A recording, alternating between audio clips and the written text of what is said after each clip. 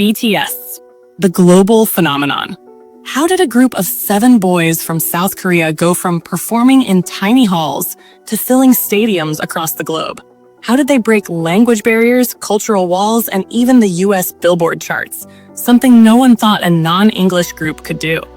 A band that didn't just spread Korean culture across the globe, but also added billions of dollars to South Korea's economy. Before the COVID era, 1 in every 13 foreign tourists visiting South Korea was a K-pop fan. So how did a group from a small, unknown company become the face of K-pop, and eventually the symbol of an entire country? How did people from completely different cultures connect so deeply with them?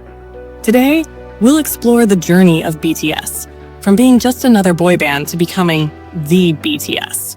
But before we dive into how BTS became such global superstars, we need to understand how K-pop itself became a worldwide phenomenon. And for that, we need to go all the way back to the Age of Dinosaurs. Okay, not real dinosaurs, but the 1993 movie Jurassic Park. In 1993, Jurassic Park became a massive hit in South Korea. It wasn't just a blockbuster. It made so much money that a South Korean presidential report compared its earnings to selling 1.5 million Hyundai cars. That comparison hit hard. It made the Korean government realize, if one movie can generate so much global revenue, why can't we do the same? After the 1997 Asian financial crisis, South Korea began a massive shift in its approach to reaching the global population. Instead of focusing only on manufacturing cars and electronics, they started investing heavily in culture as an export, just like Samsung or Hyundai. This cultural shift led to investments in films, music schools, and international promotion of Korean entertainment. And it worked. Korean dramas like Shiri, My Sassy Girl, and especially Winter Sonata kicked off a K-drama mania in Japan, China, and other parts of Asia. Meanwhile, K-pop was also evolving, and credit goes to groups like Seo Taiji and Boys and HOT in the late 90s. Seo Taiji, Yang Hyun-suk, yes, the founder of YG Entertainment, and Lee Juno are often called the founding fathers of K-pop. They broke away from traditional Korean music and brought in hip-hop, rap, rock, and techno to Korean music. They didn't just copy Western music, they fused it with Korean identity. This would later become the signature style of K-pop that took over the West. Then came Boe, under SM Entertainment. In 2002, she became the first Korean artist to truly break into the Japanese market. Her album Listen to My Heart topped the Oricon chart, Japan's version of Billboard. In 2008, SM tried to launch Boe in the US with her English album Boe, featuring songs like Eat You Up and I Did It for Love. It didn't break the mainstream US market back then, but it opened doors and gave the industry valuable lessons. In the same year, 2008, the Wonder Girls debuted in America, opening for the Jonas Brothers on tour. They released an English version of Nobody, which made it into the Billboard Hot 100, making it the first K-pop song to ever do so. Although they didn't blow up, it was a milestone moment. Their experience helped K-pop labels build smarter strategies for the future, strategies that would later benefit Blackpink and BTS. In 2005, something major happened. The YouTube revolution began. K-pop companies were some of the earliest adopters of the platform. Instead of restricting their content to South Korea, they started uploading high-quality music videos, dance practices, and behind-the-scenes clips directly for global audiences.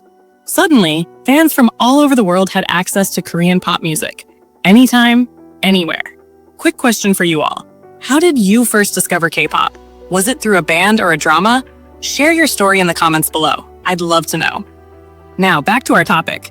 Between 2005 and 2012, groups like TVXQ, Big Bang, and Girls' Generation began to dominate not just Asia, but also gain global attention. Girls' Generation performed on David Letterman's show in 2012, one of the first Korean groups to appear on US late-night TV. And it was Big Bang that became the first Korean act to truly go viral in the West before BTS, with songs like Lies, Haru Haru, Fantastic Baby, and the legendary Bang Bang Bang. This was when international fans, especially on YouTube, started discovering K-pop in a big way. I still remember, my cousin was obsessed with Big Bang. That was the first time I ever heard about K-pop, though I wasn't into K-pop back then, but I remember how obsessed he was with Big Bang. Groups like Big Bang didn't just bring strong hip-hop and R&B vibes to K-pop, they changed the game. They introduced the idea that K-pop idols could be more than just singers. They could be fashion icons, brand ambassadors, and cultural powerhouses. G-Dragon, for example, became a global fashion icon, collaborating with brands like Chanel, Nike, and more. Big Bang helped open the door to commercialization in K-pop and showed that idols could shape trends across the world. But all these efforts to break into the global market were building up to one explosive moment: size, Gangnam Style. Let's be honest, you might not have known what K-pop was back then, but you definitely danced to Gangnam Style at some point. It became the first video on YouTube to cross 1 billion views. This massive success proved one thing loud and clear: you don't need to sing in English to go global. Korean language songs could succeed worldwide as long as they were catchy, bold, and fun. That barrier, language, was now officially broken. With the global market now open, it was time for a new chapter in K-pop history. And this is where our superstars come in: BTS. BTS debuted in 2013 under a small company, Big Hit Entertainment, with their first single album, Too Cool for School. Later albums like Dark and Wild, Wake Up, and Wings helped them rise to the top in South Korea. But here's the big question: what made BTS so huge when big groups like Big Bang, EXO, 2PM, and NCT were already out there? The answer lies in their music and message. While most groups were singing about love, heartbreak, or relationships, BTS took a different route. They made songs about real struggles like mental health, societal pressure, school stress, self-love, and the journey of growing up. Young people across the world saw themselves in BTS. They weren't from a massive label.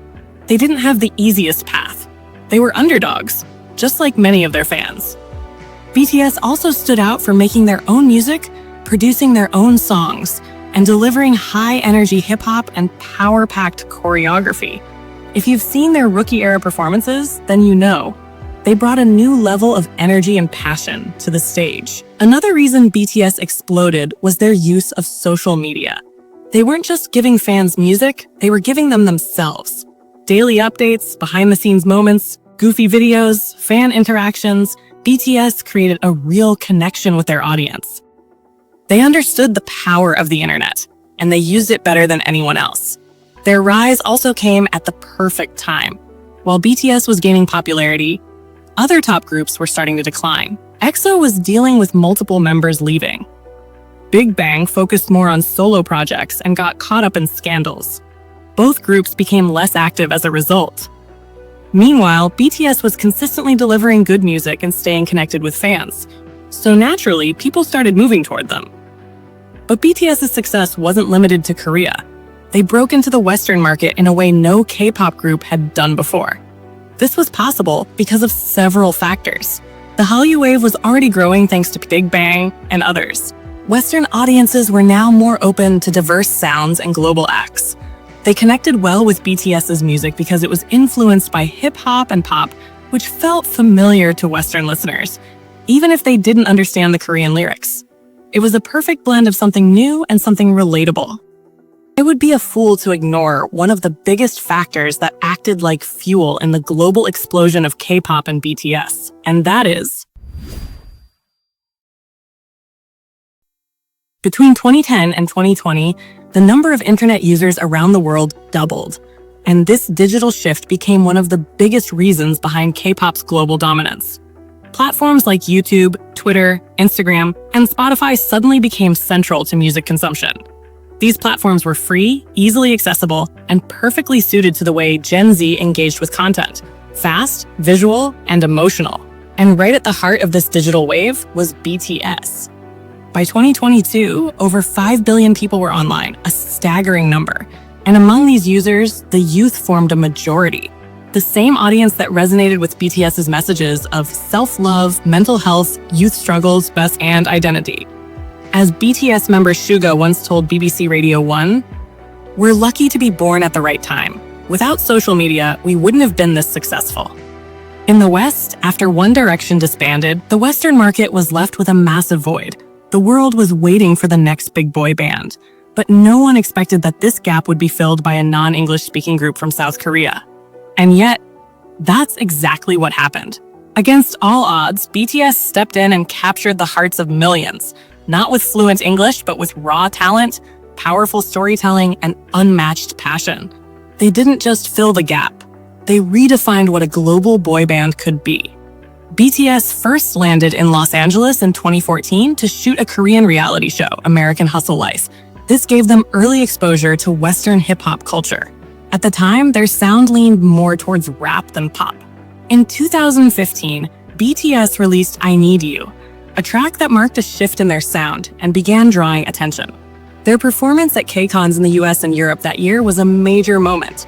As RM later said in an interview, "We didn't realize how famous we were until we saw thousands of international fans singing our songs in Korean. They didn't need Western validation."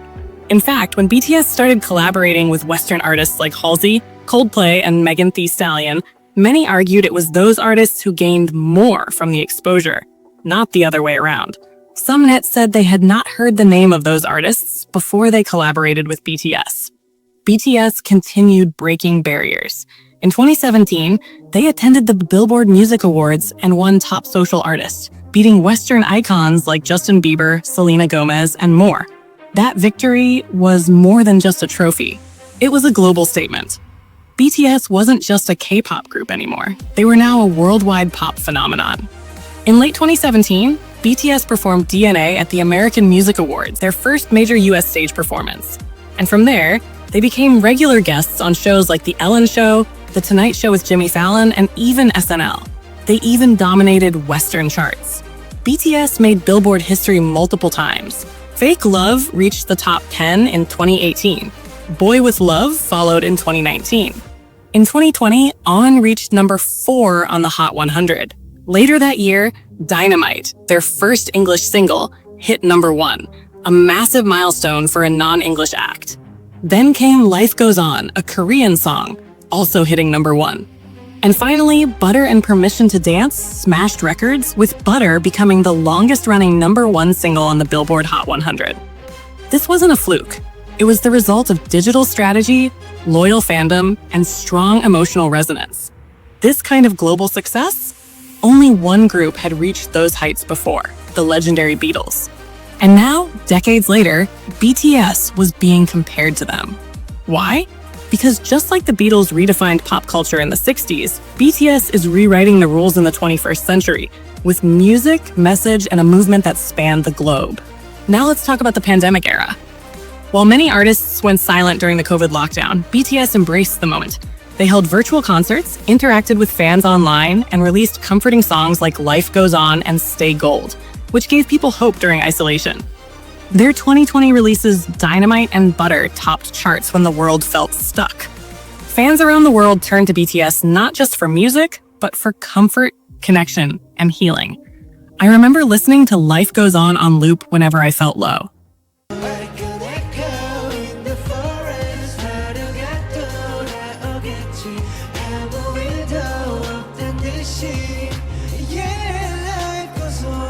Despite all the chart-topping performances, one major reason behind BTS's strong fan base is that they've always spoken openly about their vulnerabilities. They never hid much from their fans.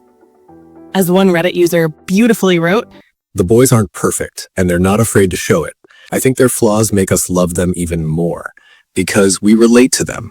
We understand them. Whether it's Jimin's body image struggles, Suga's depression, Jin's insecurity about his vocals, Jungkook's constant pressure to be the best, RM's battle with self-love, V's inner conflict, or J-Hope's fears. We've all been there in some way. And that makes us feel closer to them. If they hadn't dropped their guard and let us see those beautiful flaws, they would have been just another K-pop group, but they did, and that's why they're not like anyone else." But that's not all. Their influence goes far beyond pop culture. In 2018, BTS made global headlines by becoming the first Korean pop group to speak at the United Nations. RM, the group's leader, talked about overcoming self-doubt and learning to love yourself, a message that resonated with millions around the world. BTS didn't just win fans, they touched hearts. They didn't just break records. They broke walls between idols and audiences.